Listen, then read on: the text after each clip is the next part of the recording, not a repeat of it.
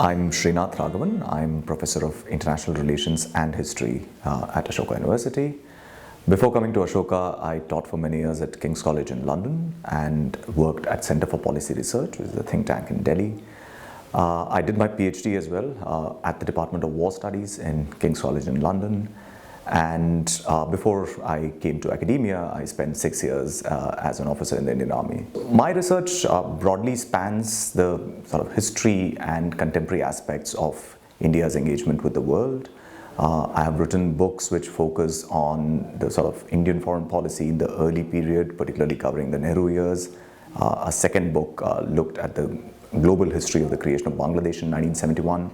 Thereafter, I worked on projects looking at India's involvement in the Second World War, and most recently, a book which looks at American involvement in the South Asian subcontinent from the time of American independence in 1776. This is the first time that I'm teaching undergraduates in what is explicitly a liberal arts context. So in that sense, it is very different, both in the way that we have younger students who come in from much more diverse backgrounds to the study of international relations.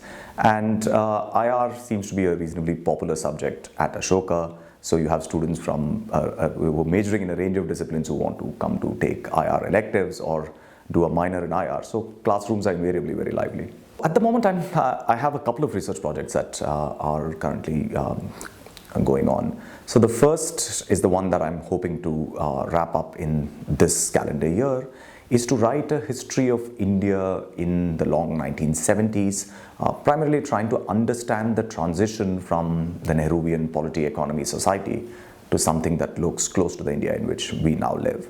And I want to do this by setting the decade of the 1970s in Indian history in the context of the global 1970s, so to present India in a larger international context and show how that wider international context actually shapes Indian history, which of course has its own specificities as well. So that is one project in a sense, that's the first. The second project that I've been working on again for a few years is to write an international history of great power competition in Asia, possibly from the 1870s to the present. And a third project which I've just begun last summer and which I'm very excited about is to write a historical and scientific biography of the astrophysicist and Nobel laureate Subramanian Chandrasekhar. So I have a first degree in physics as an undergraduate, and I've been interested in Chandrasekhar's work from the time I was a teenager myself.